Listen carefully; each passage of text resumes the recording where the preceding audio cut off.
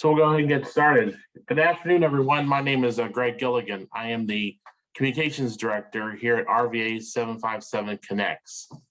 Glad you could join us today for our cybersecurity webinar. A couple of important announcements. I just want to make sure that you all know that we are recording this session and it'll be available. The recording will be available on our website after this session is over with.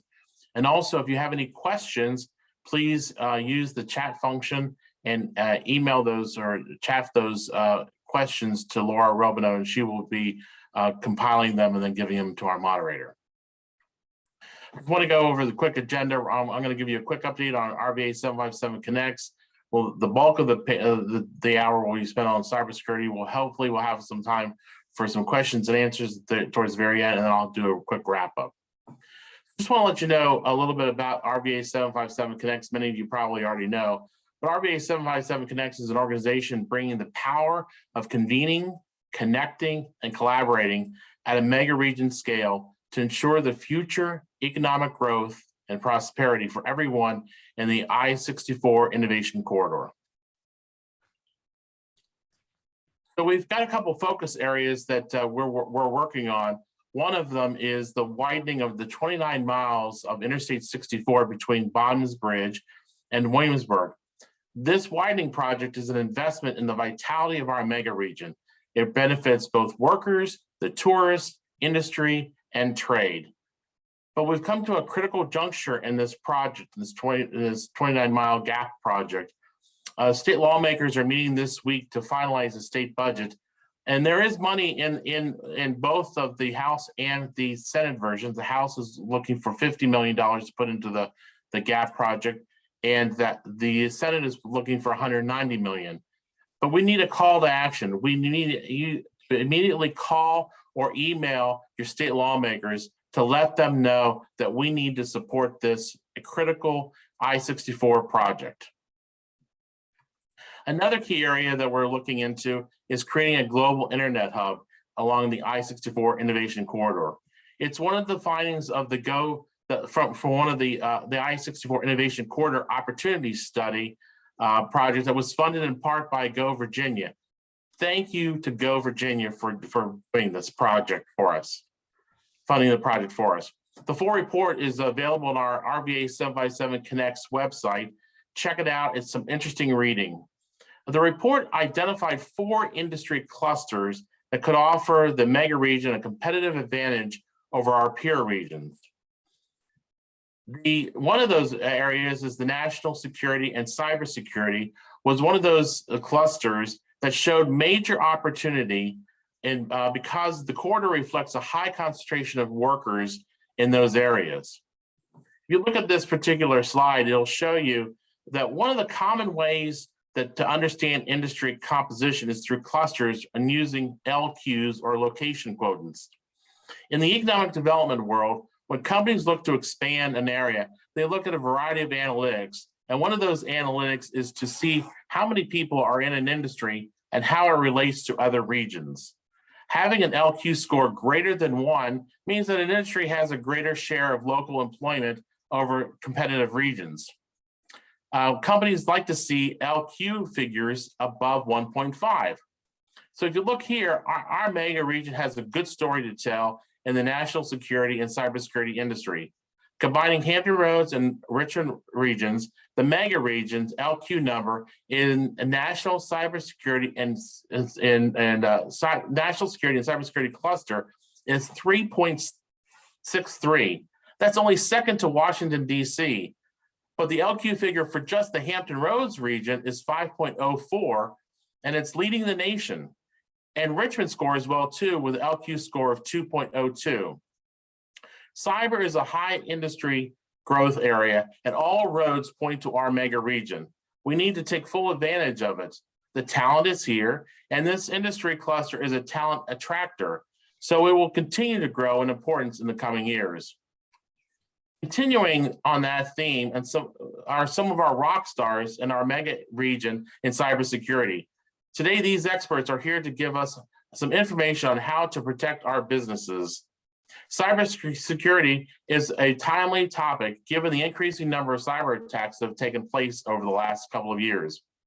Consider the ransomware attack last year that shut down the Colonial Pipeline and sent the public into a panic mode over gasoline.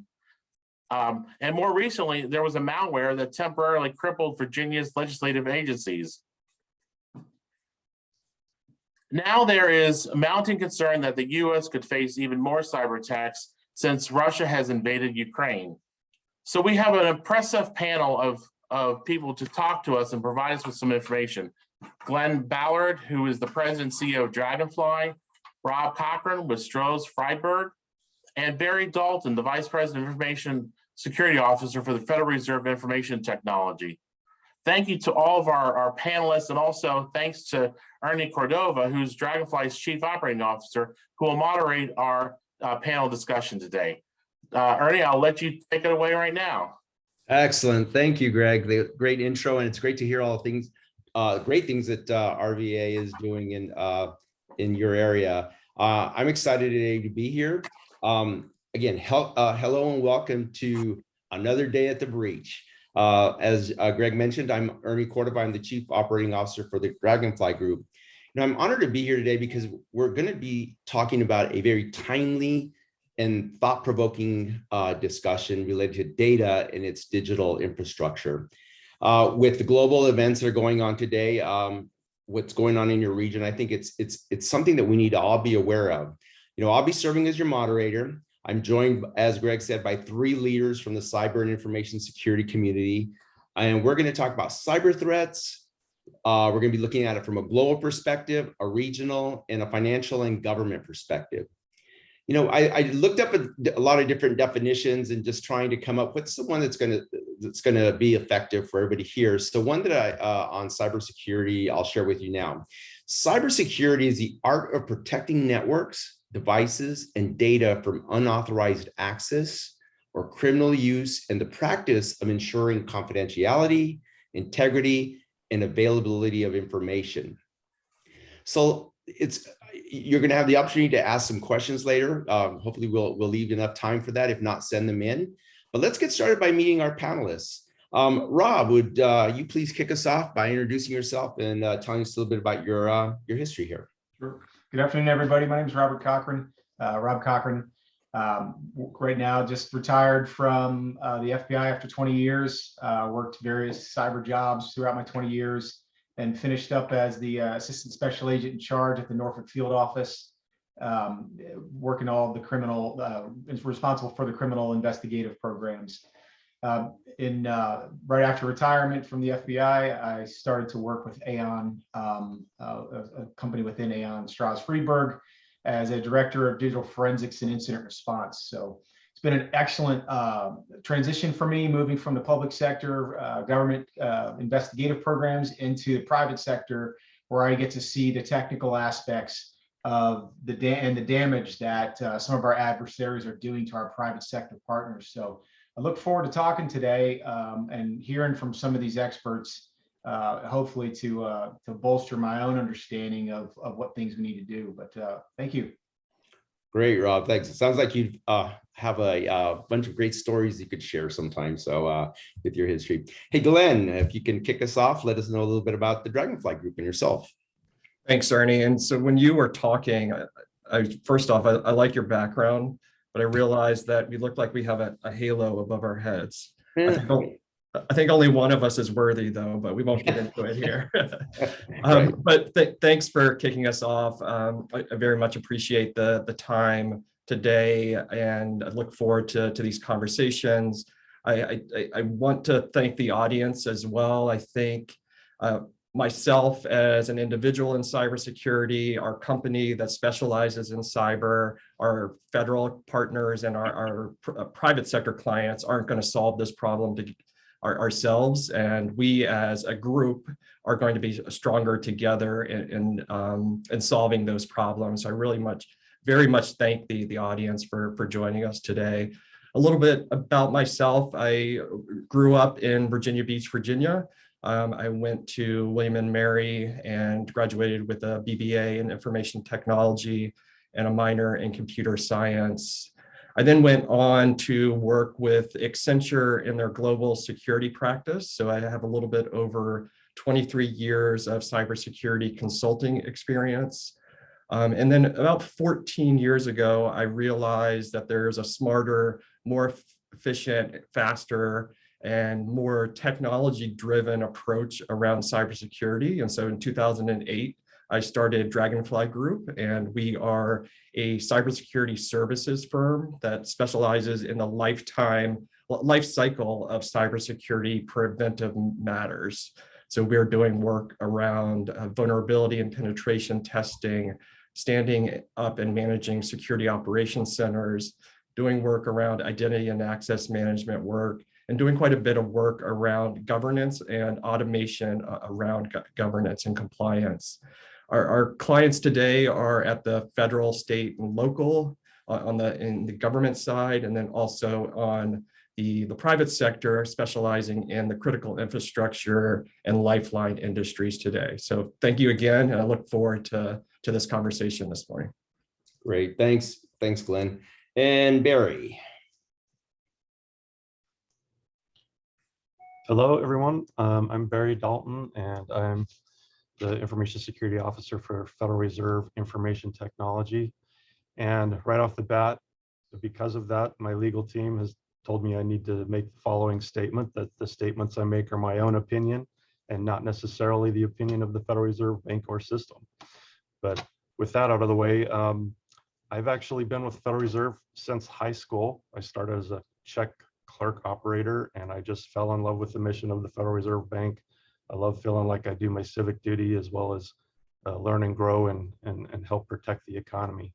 It's an exciting role. So I moved from a checks clerk into IT, and then the last 18 years I've been in information security.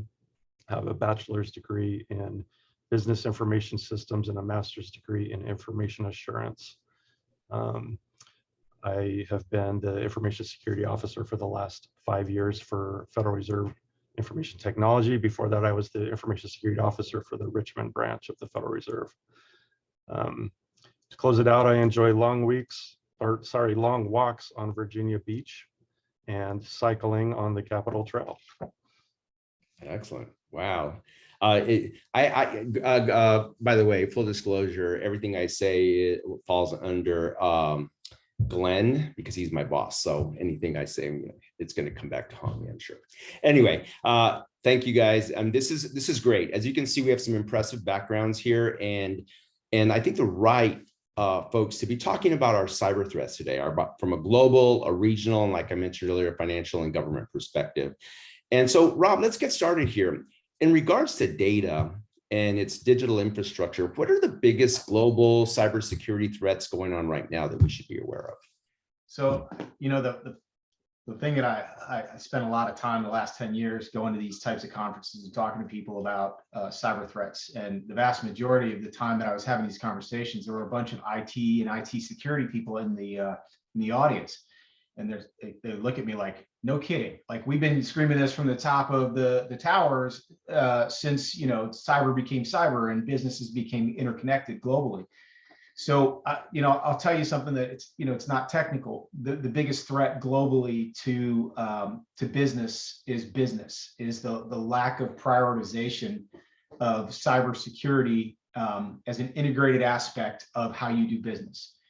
The vast majority of businesses today, they run their business according to risk and risk mitigation. And if I go to one of these C-suite meetings and they ask me this very question, I ask them, what's your greatest risk?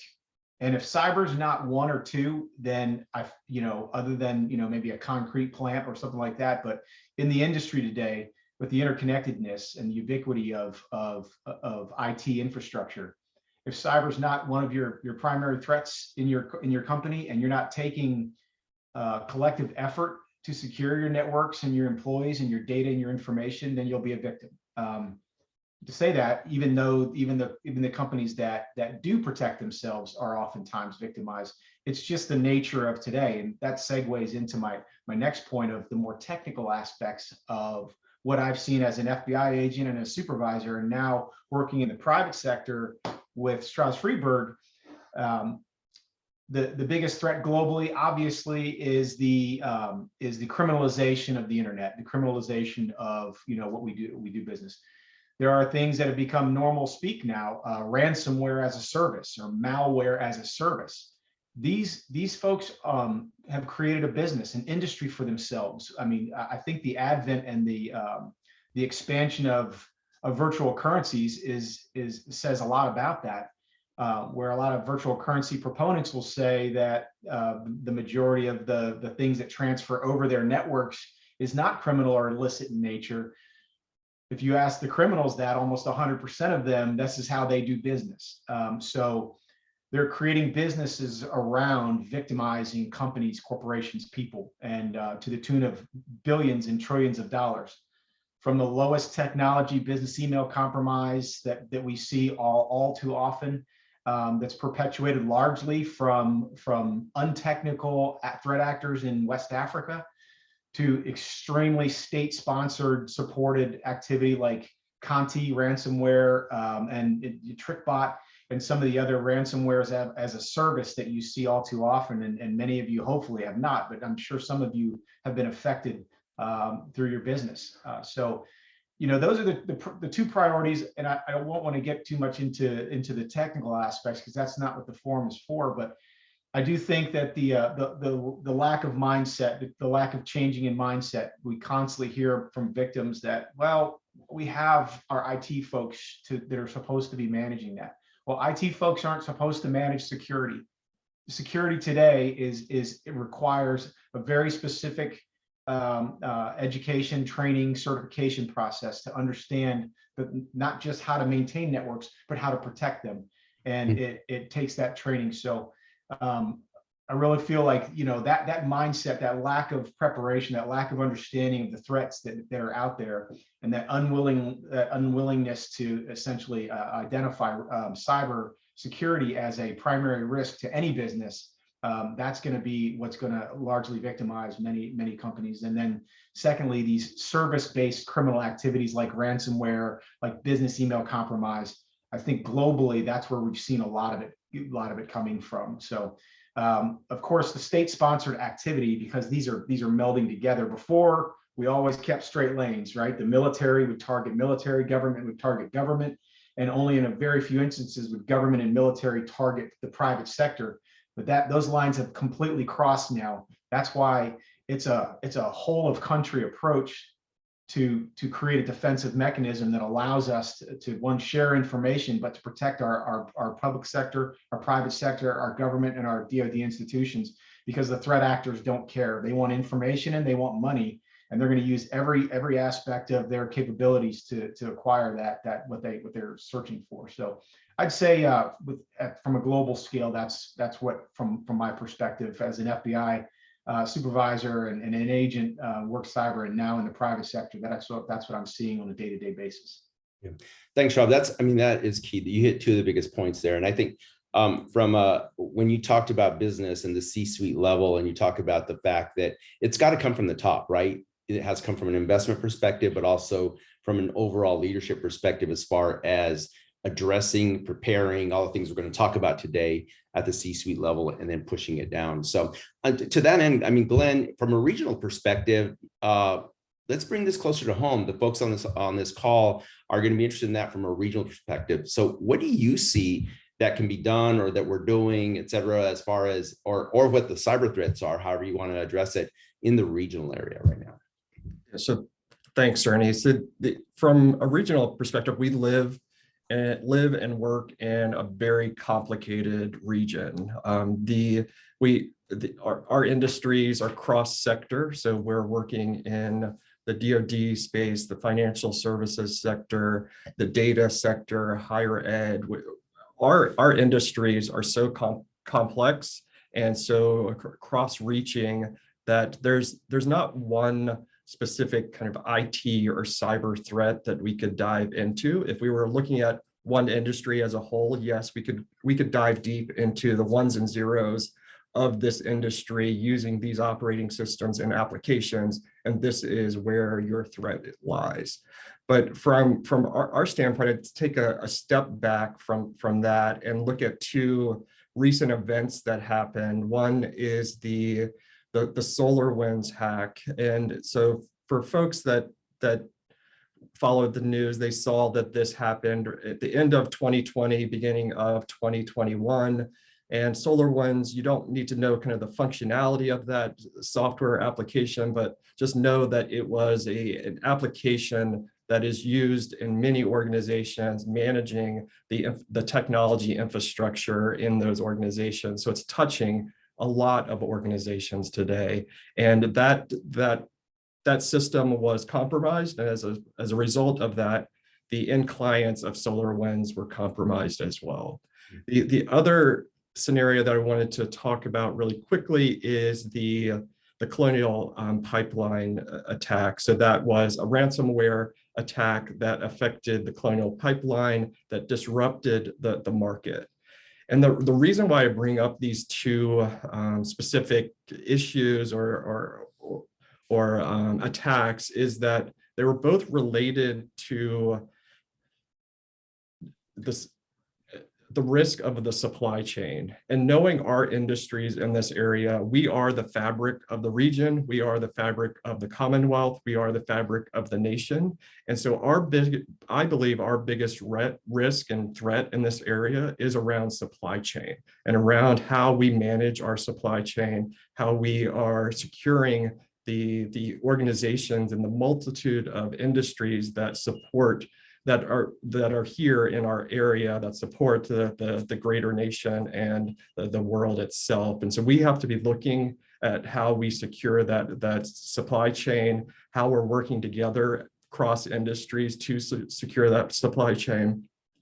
And then specifically, if the organizations in our region that are supporting the lifeline industries, so I put healthcare, I put financial services, I put water, transportation, utilities, and energy, and then specifically with the geopolitical activities that are happening today, any organization that is relying on GPS. So if you think of maritime, if you sit in one of those industries or you are tangentially supporting one of those industries today, you are at a higher threat of attack. And so you need to be monitoring your systems. You need to lower your thresholds of anomalies and understanding what's happening in the environment today. So kind of at a global scale, I would say supply chain risk management is our biggest threat in this region.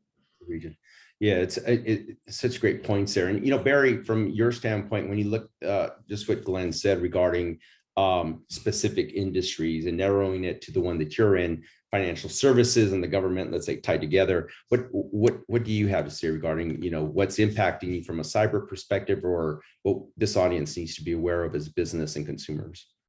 Yeah, for sure. And in the financial industry, especially, the financial industry is probably the most well prepared for cyber safety and protection and security. And that's because that's where the money is. So they get attacked more than just about any other vector. But the concerns right now stem from the attack vectors, right? There's a lot of organized crime that work to attack financial industry. But there's also nation state level attacks in certain cases, depending on what they want to do. For example, if they want to disrupt the payment system, attacking a payment system like SWIFT, which we've already seen with the Bank of Bangladesh attack, or potentially the Federal Reserve's Fedline systems or other high-end payment systems, being able to attack those environments could hugely disrupt the economics. And that's a huge concern in the financial industry, right? So having protections against things like DDoS or distributed denial of service, where they could just hammer you with so much network traffic that the system can't handle it, being able to mitigate that is a huge issue for financial industry. Phishing and ransomware, which was mentioned, is huge, right? Because that's the initial factor for just about every attacker. It's easy to get a human to click on a scary phish email. It works more effectively than any other type of attack. And so that's the attack that most hackers use. And tied to that comes the ransomware scares and events. You know, we've talked about several of them already, but an interesting one, at least that I noticed locally, is during December holiday times, we were running out of cream cheese. Well, that was due to a ransomware attack that hit a Wisconsin company, Schreiber Foods, which is a major cheese and dairy factory in Wisconsin. They got hit with ransomware, and that created a shortage. I went to 3 different stores looking for cream cheese one day and couldn't find them on the shelves. That's the level of impact we're talking about. And imagine that at a financial institution level, right? We want to prevent that. There's a lot of movement to the cloud, right? Financial industries and services are getting moved to the cloud because that's where the industry is moving overall. It's more efficient, it scales better, it's more resilient. But with that comes challenges and risks as well. Configuration errors, making sure that your systems are configured properly. The attackers are constantly looking for, have you misconfigured your cloud environment? Can they use attacks like SQL injection or cross-site scripting or other common techniques to get into your environment simply because you forgot to check a box to secure an environment or make a setting properly in your cloud environment? Really need to be careful there. And finally, in the government side of the house, the government's definitely concerned about nation state, especially with the situation in Ukraine, right? There's concerns that Russia's first vector of attack now, before they have a kinetic attack, is a cyber attack. You know, they disrupt your cyber and information systems and then move in with kinetic attacks. So it's also a good first response if they want to, you know, do a tit for tat like commensurate response if they're upset with the US government making a decision or doing something. So definitely concerns about nation state style attacks. And that is specifically focused on like your critical infrastructure, right? Your power grid, your communications grids, your water and sewer systems, your gas pipelines, like what we saw with Colonial Pipeline. Being able to protect those environments, and those environments have a lot of sophisticated equipment like PLCs, programmable logic chips, which are susceptible to certain types of attacks. And so having proper security, protecting your environments in a layered defense, that's really critical and key. And I guess that's the thing I'd close with is there's no one tool or technology that will protect you. You have to have a layered defense. You have to have defense in depth is what we call it in the industry, right? If you're trying to protect your home, you don't just put a lock on the front door. You might also add motion sensors and lights and cameras. You know, you have a layered defense. If you really want to protect it, you need to do the same thing for your businesses. Exactly. And that's a good segue, Barry, to what I was going to move into now on preventative measures. It seems that everything relies on computers and the I use the internet of everything, right? Leading to all the risks all 3 of you mentioned, some more serious than others.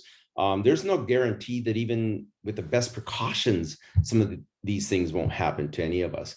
But there are steps we can take to minimize, the chances. So, Rob, what preventative measures should organizations put in place now and for the long term?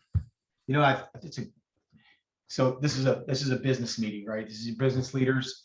So let's talk about what business leaders can do to mitigate their risk. Again, we go back to that. Like, as a business leader, what can I do to reduce my risk, to mitigate my risk? All of you have some type of insurance policy, I assume, that protects your business from certain things, whether it be, business interruption, significant business interruption, or your electric grid goes down, or some type of natural disaster, or anything else. I wonder how many people have a cyber insurance policy. Not to advocate for the company I currently work for, but I see those companies that do have a policy that covers cyber insurance. Oftentimes they are much better protected because they've identified risk in their business and they've taken action to protect and minimize that risk by enacting policies that allow for companies like us or the FBI or other people to get engaged quickly in order to mitigate any damage that happens. So consider, and I would just advocate that if you have a policy that focuses on crime, that doesn't necessarily cover you collectively for a cyber incident. The way that the industry is looking at it now, those are two separate instances. And so you need to have a conversation with your insurer to ensure that you are covered if there is a cyber incident that takes place. You just want to make sure that you have that coverage, because the faster that we can get to you, whether it be whoever you engage, the faster we can get to you, the better chance we have to mitigate any continuing damage that you suffer from, let's say, a ransomware encryption event. A couple more technical things that I would advocate that I've seen have largely mitigated significant ransomware events. So once malware takes place on a system, the malware takes place on the system, and the encryption begins on your network, it moves very quickly. Most people who have, whether it be a SOC or some other type of ability to monitor traffic, their SOC, their traffic analyzers can't keep up with the speed at which the encryption takes place. One thing I have seen over the past month and a half that has seemed to have a large benefit was what they call endpoint detection and response. Most companies have some type of antivirus on their systems. This goes beyond antivirus. Most bad guys have gone far beyond just injecting malware into systems. This is activity-based controls. So when encryption takes place, it's basically encrypting those files and folders on each system, and it usually starts at a vulnerable system and then moves across the rest of the systems laterally. So that endpoint detection and response, or what we call EDR, is a critical thing for you to have on your systems, on your workstations, and on your endpoints, to ensure that if one of those systems does notice that something is happening, some type of anomaly, it doesn't have to be ransomware, but it could be any type of change in the system, your system controllers can identify that quickly and or lock that system down, and or even with the right rule sets that are in place, lock that system away from the network, segregating it from the network, hopefully mitigating any type of expansion of the encryption that may take place or any other malware that takes place. But endpoint detection and response, of course, everybody's going to always tell you multi-factor authentication or two-factor authentication. Again, all of the victims that I saw just this last week alone, we asked the question, do you have multi-factor or two-factor authentication? They're like, yeah, we were looking into that. We didn't have it when the attack took place, but we've since turned it on. For phishing emails, multi-factor authentication is almost critical, because what happens is the phish is a fake or a spoofed email coming from somebody who's pretending to be from either inside your network or outside your network, but is trying to authenticate with you, and you may not know the difference. They may ask you to change some data. They may ask you to give up your password, or they may ask you to change ACH information from a vendor. With a multi-factor authentication in place, that requires a secondary thought. So that actor who's behind the computer, who gets 500 emails a day, that your finance person is getting a request from a vendor to change ACH. They'll say, okay, let's just make sure that there's some type of authentication in place before I change financial data, before I change any other key PII or any other type of data. Let's get another factor of authentication in place. Almost every one of you has Office 365. Microsoft offers a multi-factor authentication that's built in, that should be part of your license. Happy to talk with you on the backside about how you could better protect yourself if you use Office 365 like most of us do. Those are just things you just need to turn on. And then lastly, I implore you to employ your IT staff to patch your systems. Especially with the more advanced types of ransomware like Conti, which is, we believe to be connected to the Russian government, and in fact, at least supported.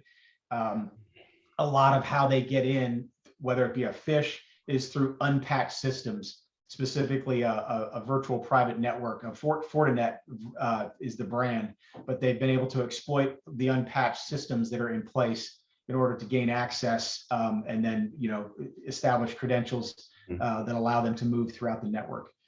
And then, oh gosh, this is why I write stuff down. When you're 51 years old, things just fly right out of your head, as quickly as they were in. I'll think about it and interrupt somebody at some point. But that's those are the major things from my standpoint. What I've just seen, those are things that I think can help you significantly, not totally, but significantly reduce your risk in the cyber in dealing with the cyber stuff today. So thanks for listening. Yeah, that's a lot, Robert. I mean, when you think about it, it's unpacking everything, right? And I guess I just what you just said here about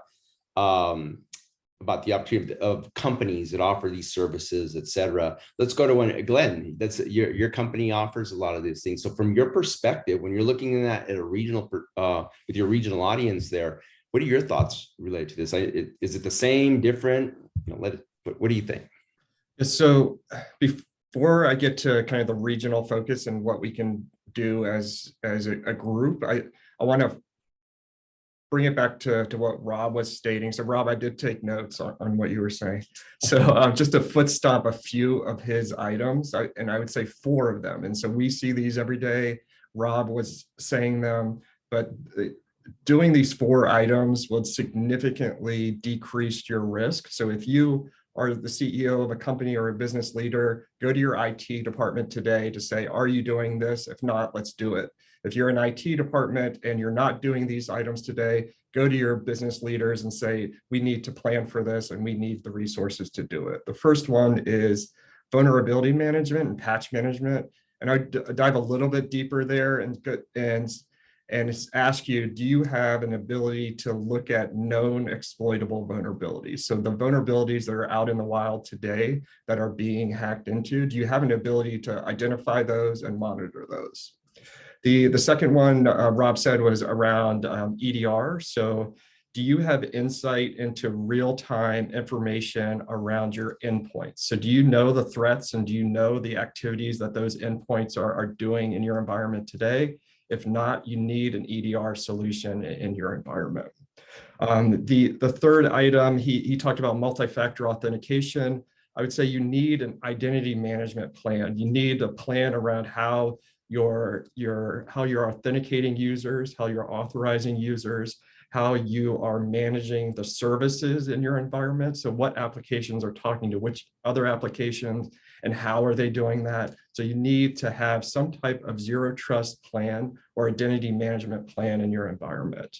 And then fourth is kind of overarching. What is your enterprise security plan and policy? And does that include cyber insurance? So putting those 4 items in place would drastically decrease your risk or mitigate the risk to your environment. Now kind of switching gears back to your question around regionally, what we can do. So I said when you were asked the last question, I said we live in a complicated world with different industries. I also think we live we're lucky to live in the region that we do live in today, because I believe that the Commonwealth and our region are leading in some of these areas that other regions are not. And so from a regional standpoint, I think there should be a theme. And I said it when I kicked off, is that we're stronger together. And I truly believe that. And I believe that there's kind of 3 things this region can do. One is better and increased partnerships with our federal and state partners. So Department of Homeland Security, the FBI, the Commonwealth's VITA agency, the VDOT organization. There's organizations in both the Commonwealth and the federal government that our industry should be closely partnering with, so we understand what they're seeing and they can see what we're seeing as organizations. And then kind of second thing that our region should be doing is very closely tied to that, is we need to be better at information sharing. So we need to be able to pull information from our federal partners and our state partners. But we also should, as private organizations or associations, should be sharing the information that we're seeing with those partners as well. So we can cross-learn and collaborate on the issues and threats that we're seeing in this environment. And then third, and sometimes I think this may be our biggest challenge, but again, a challenge that I think our region is doing very well in is workforce development. And so I know that I believe it's the Hampton Roads Alliance has a cybersecurity workforce development program. Old Dominion, Thomas Nelson Community College, NSU, William and Mary, VCU, they're all very focused in creating the skills in cyber and IT. And I think the more we support them and the more we partner together in figuring out how to build a more risk adverse or risk aware workforce, the better we will be going forward, and just making sure that we are looking at how we are identifying and developing that workforce in our region. Great, thanks, Glenn. Barry, I don't know if you have more to add, but I think when Glenn talked about the partnerships, part of it, and as you mentioned earlier with financial services and just the government in general, I see a lot that can be done there from a partnership. But if you want to add a few words to this, it'd be great. Yeah, so to add, especially in terms of partnerships and sharing information, that is huge, right? Like if we need to get past this stigma of, oh, I've been breached, I'm going to do everything I can to try to hide it and not disclose and not report. We can't do that as a community anymore. We have to be open about it. Share. You don't have to get into the nitty-gritty details, but help your community by saying, we had a breach. This was the attack vector. This is how we stopped it. This is how you can prevent it, and share that information. And with that, I'd encourage you to join the ISAC that meets your criteria for your business. ISAC stands for Information Sharing and Analysis Center. I'll put a link into the chat where you can go and find out what ISAC you would belong to, but it's run regionally, and so works perfectly for this type of community where you can join that ISAC and start getting some of that information shared and find avenues for you to share information better. I'd also kind of close with, we covered a lot, but the people I talk to in my industry, and I'll say it to your industry, when it comes to cybersecurity, you are not bulletproof. Nobody likes to hear that. I don't care what industry you are in. I don't care how much money you've spent on cybersecurity. You are not bulletproof. And because of that, you need to have a solid incident response plan. You need to have a solid communication plan as to how you're going to share that information with others and the media.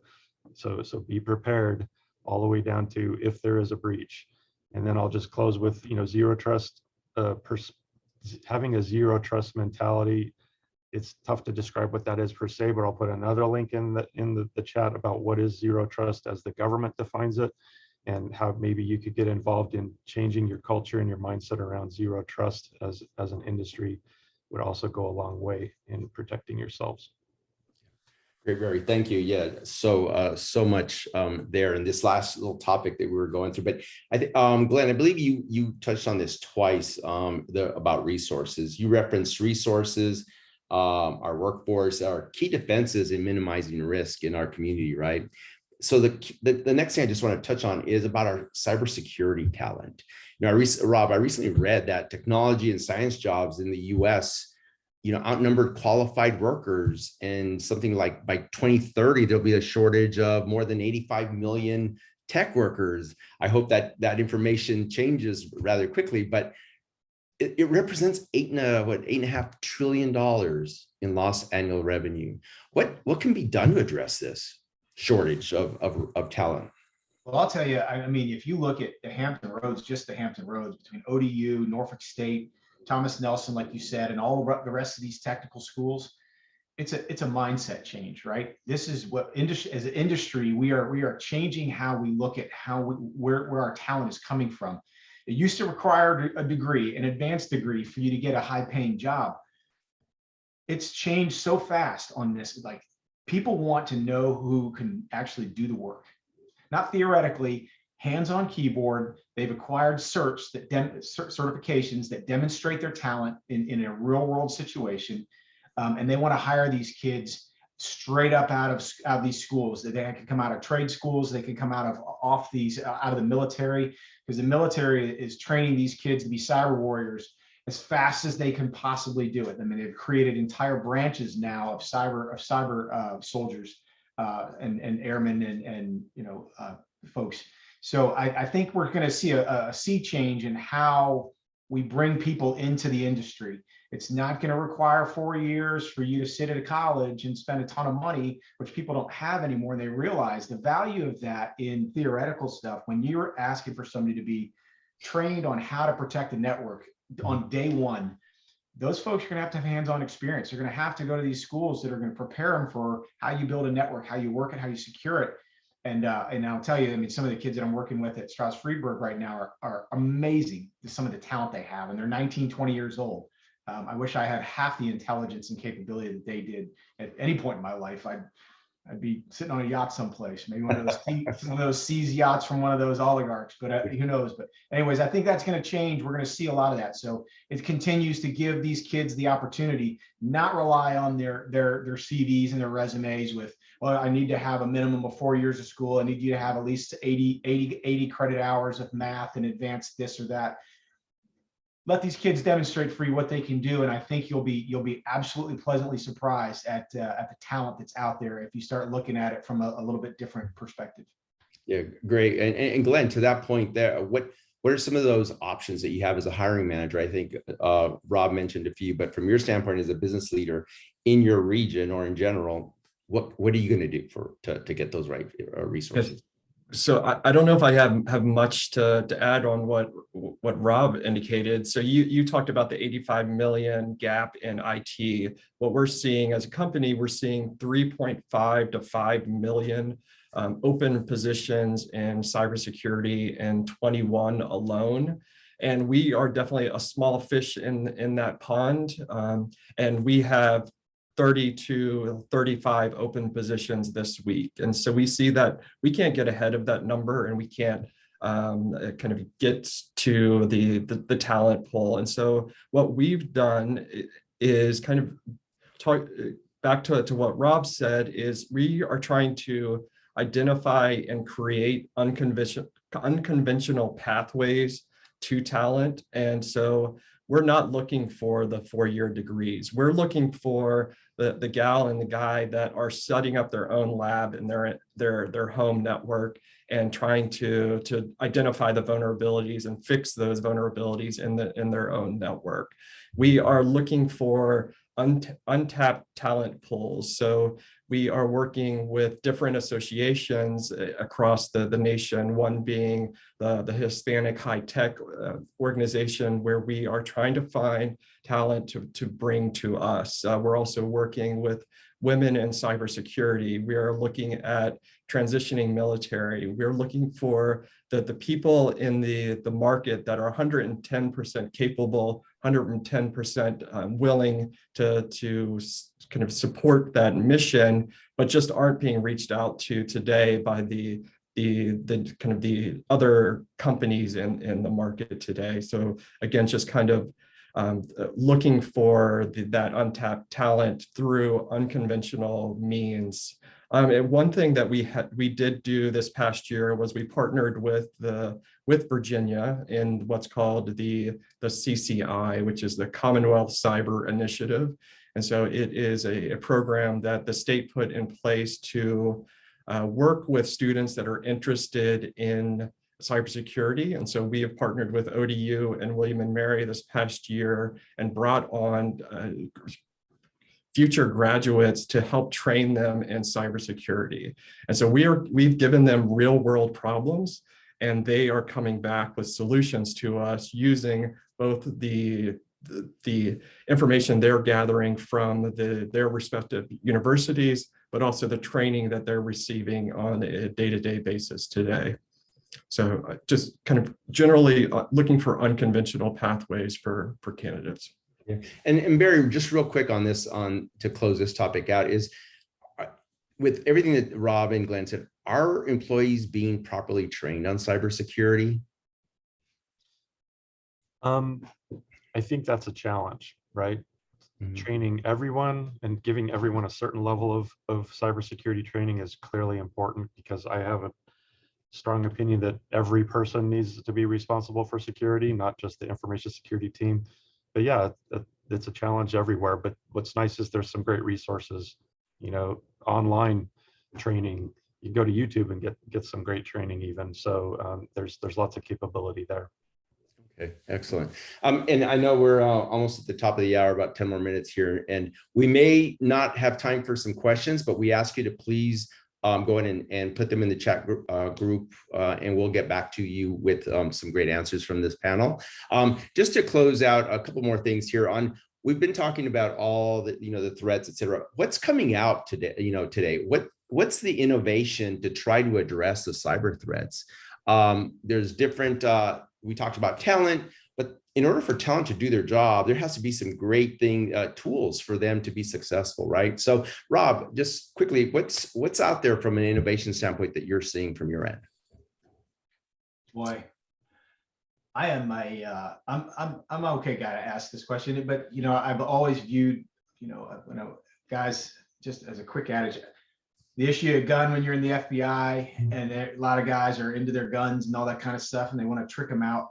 I'm a former soldier, right? I view my gun as a tool. It's a tool. It's a shovel. A shovel digs a hole. A gun has other intentions behind it. So you can only spend so much money on a tool, but tools are only as good as the mindset behind them. And unfortunately, people put tools in place, and then their mind's not behind it anymore. They move away and they think that they're secured, and that's a terrible, terrible mindset to have. Is do you think that there's any tools or innovations out there that are going to systematically protect you from today's current threats? I do like what I'm seeing with the heuristic-based endpoint detection and response.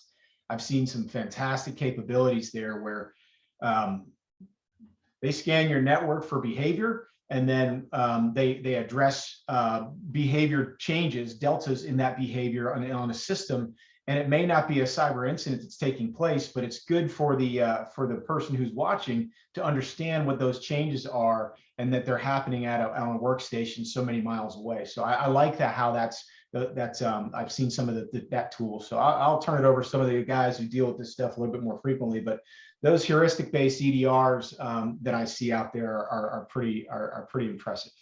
Okay, great. Thanks, Rob. Well, Glenn, to that and there with you mentioned earlier manufacturing, financial services, healthcare, and technology as some of the most targeted. I think construction now has made it to like number 5 in the targeted list. Those are all industries in your region, right? What are you seeing from an innovation to address this? Yeah, so I think from an innovation kind of standpoint, I think you can look at it in 2 ways. One is the technology around innovation and what's happening in cyber in some innovative tools and capabilities. The other is probably kind of more important is the dependency on cybersecurity for innovation.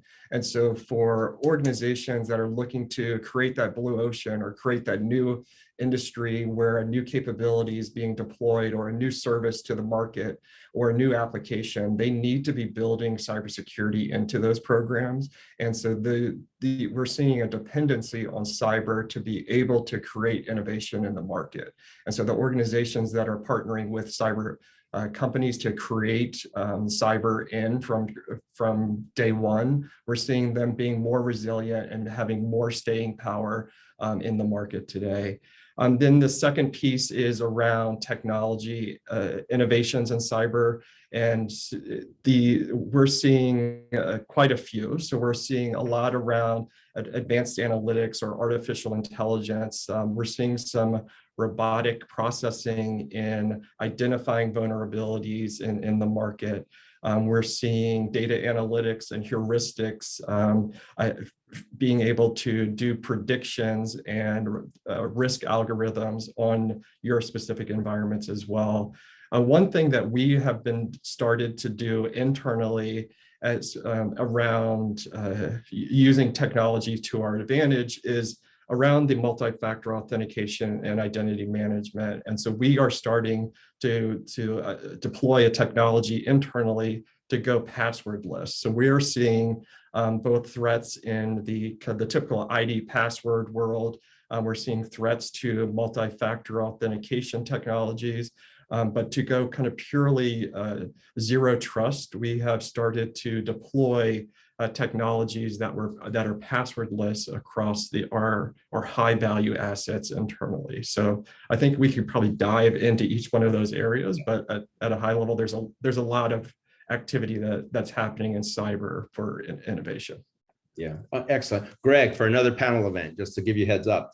Barry, I'm gonna skip you on this one here because I think we covered it, but I think I'll start with you on this next one is what's next? You know, from a quick round perspective with the few minutes that we have left, can you all just share with me, you know, what's next? What do you do from preventative measures? I want to call to action here for everybody on the phone. Can you kick us off on that, Barry?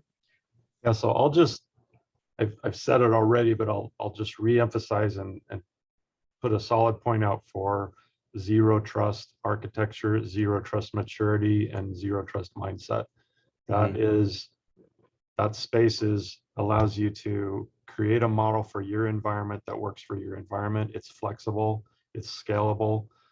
So I would encourage all of you to look at the link I posted around zero trust maturity model, figure out how you in your environment, how you could implement a mindset like that. It is a mindset. There's tools and stuff that help with zero trust, but it's all about having a mindset of zero trust.